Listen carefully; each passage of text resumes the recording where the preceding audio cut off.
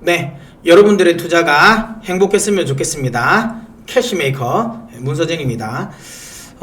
오늘 알아볼 종목은 일진머티리얼즈입니다. 제가 이거를 어제 영상을 좀 찍어볼까라고 했었는데 제가 이제 좀 개인적인 또 약속이 뭐 시간 좀 많아가지고 어제 특히 이런 찍어야 되니까 컨텐츠가 너무 많아서 못 찍었는데 오늘 어쨌든 이걸 꼭 다뤄봐야 되겠다라고 생각을 해서 오늘 일진머티리얼즈를 이야기를 한번 해보도록 하겠습니다.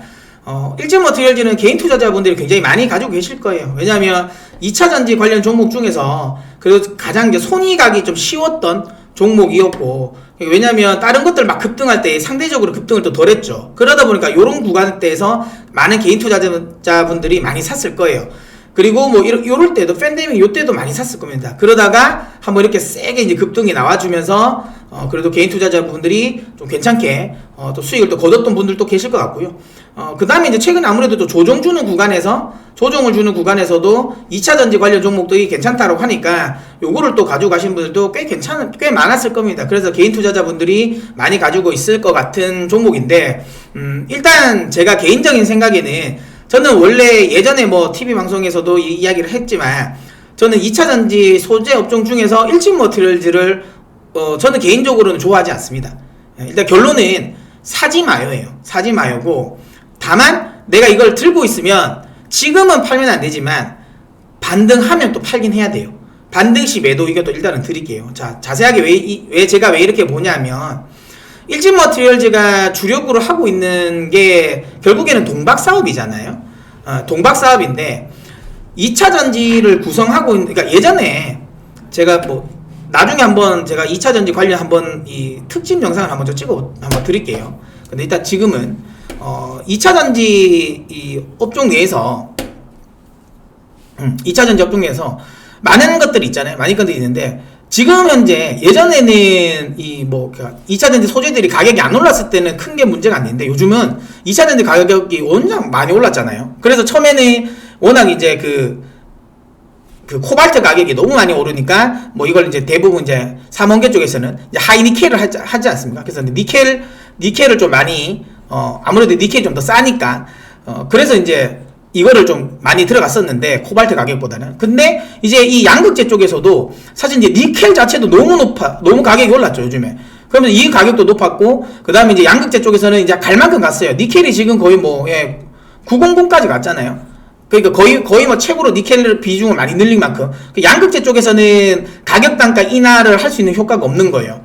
그리고는 뭐 또 딴 것들도 뭐 전해 질, 그다음에 그나마 전해액은 상대적으로 가격 인상을 안 했다가 이번에는 또 가격 인상을 해줬죠. 그래서 뭐 최근에 동아기업이 괜찮은 이유예요.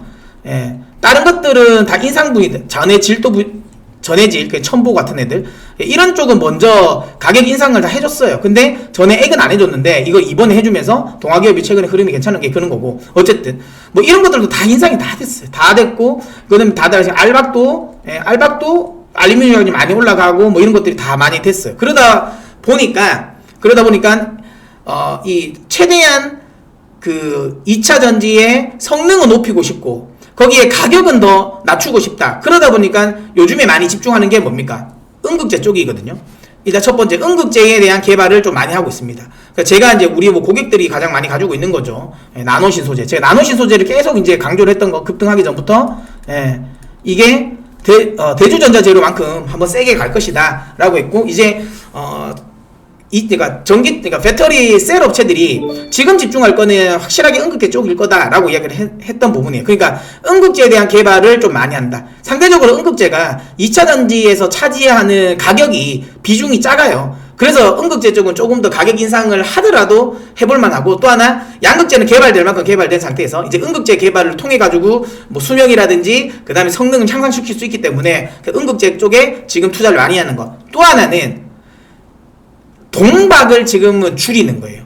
동박 비중을 지금 줄이는 거예요. 그러니까 결국에는 전고체로 가면, 물론 뭐 완벽하진 않겠지만 전고체로 가게 된다면 확실하게 동박은 많이 필요 없을 겁니다.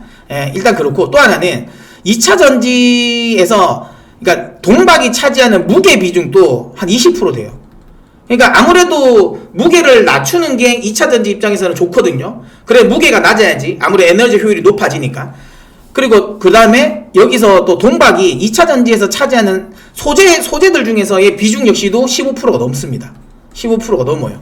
그러니까 그만큼 동박은 무게도 많이 차지하고 비용도 많이 차지해요. 근데 향후 좀 없어질 수도 있는 소재이긴 하죠. 그러다 보니까 동박의 비중을 자꾸만 요즘에 좀 줄이고 있습니다. 그러니까 뭐 동박의 비중 줄인다기보다 점점 더 얇게, 엄청나게 얇게 만들어서 최대한 이제 아끼려고 하는 거죠. 이게 그런 식으로 동박 쪽은 지금 계속 이렇게 발전되고 있고, 그래서 어쨌든 아까 했지만 배터리 셀 업체들이 우선적으로 좀 줄이려고 하는 소재가 이 동박이기 때문에 동박의 사업성이 저는 개인적으로 장기적으로 그렇게 좋게는 보지 않았어요. 그래서 저는 일진머티리얼즈를 조금 별로지 않을까라고 이야기를 했는데, 물론 그런 게 있어요. 아직까지 전고체 배터리가 나름 한참 멀었고 여전히 동박은 많이 쓰이는 거기 때문에 뭐 그것만 가지고는 얘를 나쁘게 볼 필요는 없는데, 여러분들도 아시는 것처럼 동박을 또 제가 조금 부정적으로 보는 경쟁자가 너무 많아요.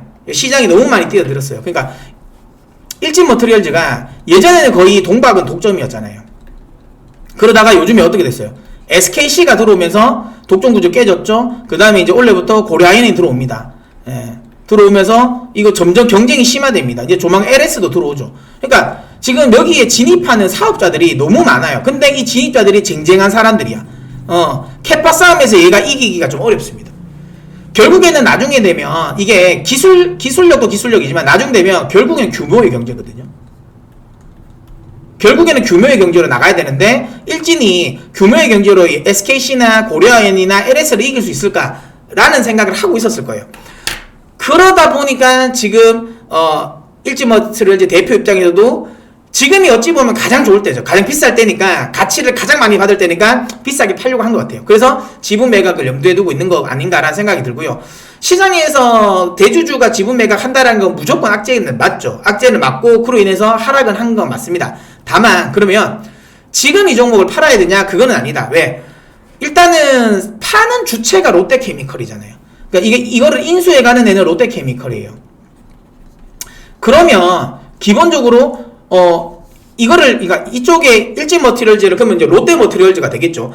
인수해 갔을 때 시너지는 확실하게 있습니다. 왜냐하면 기본적으로 롯데케미컬도 2차 전지 사업군을 하고 있고, 소재 사업군을 하고 있고, 그 다음에 배터리 3사에 셀 3사에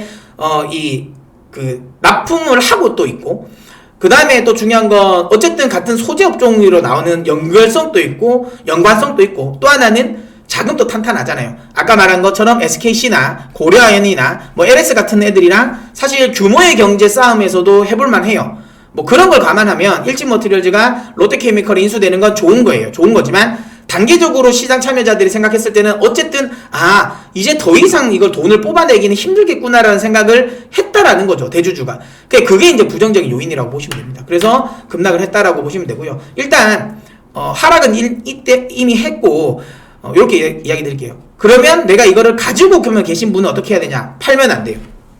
팔지 마세요. 일단 가지고 있으면. 왜냐면 저는 반등식 매도이긴 하지만 최소한 제 개인적인 생각에 요 정도 라인, 다시 한번 10만원을 재트라이 할 가능성이 있다고 봅니다. 내가 매도를 하더라도 10만원 정도에서 매도하는 게 맞다고 봐요. 왜?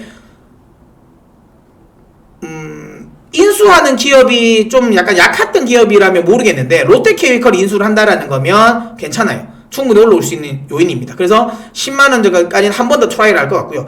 왜 제가 그러면 이걸 더 가져가지 마라, 아니면 이거를 신규로 사지 마라고 하냐면, 앞서도 이야기 드린 것처럼 소재 업종들 중에서 굳이 동박을 갈 필요가 없어요. 그리고 중요한 건 얘네 또 동박만 하잖아. SKC라든지 고려아연 같은 경우는, LS는 동박만 하는 사람들이 아니잖아요. 다른 것들도 하기 때문에 상관이 없는데, 이거는 동박이 거의 주력이잖아요.